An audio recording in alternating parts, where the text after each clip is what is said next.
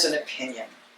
And now there are new ways of expressing opinions, whether they're through my face, whether they're blogs, whether they're your own websites, whether your own personal commentaries that you post when you read something.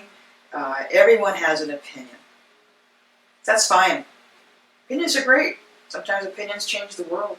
Sometimes opinions change the mind when decisions are made. Sometimes opinions are foolish ones. It doesn't really matter because you have the opportunity to express an opinion.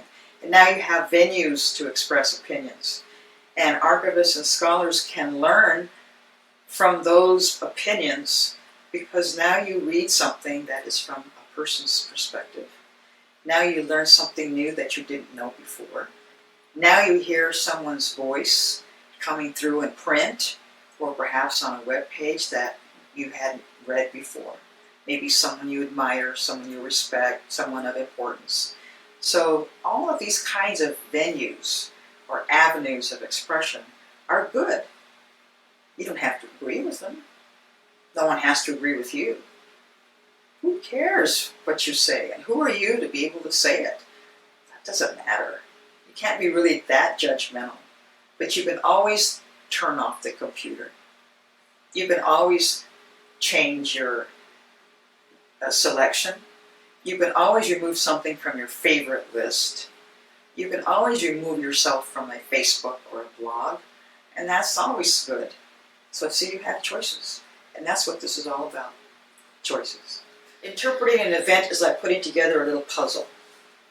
And you're going to get pieces of the puzzle to form the complete puzzle. So you're going to extract from here and there and there. It's like blogs or opinions.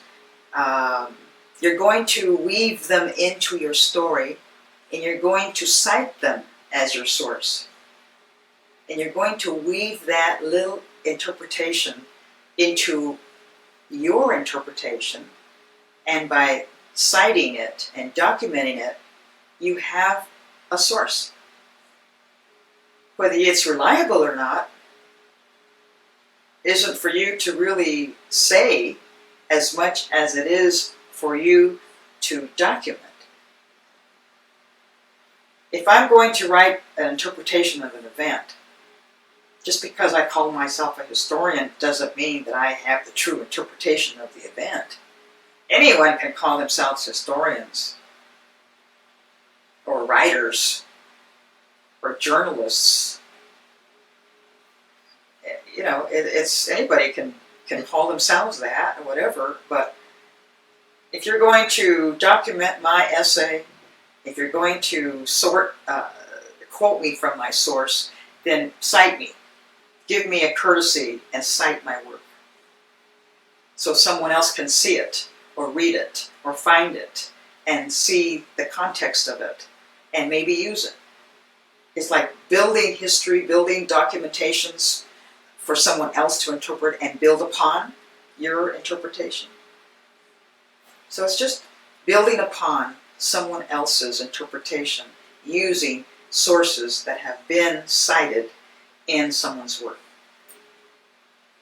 It's like telling the story of the Alamo. For years and years and years, historians have said, we've only been reading the story of the Alamo from the American point of view. Where is the Mexican point of view of the story?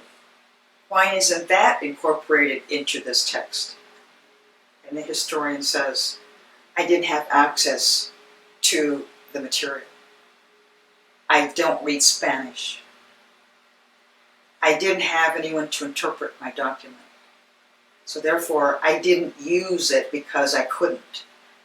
Well, someone else comes along and says, all right, I want to tell this a different story, but I'm going to use other sources, but I'm also going to use yours.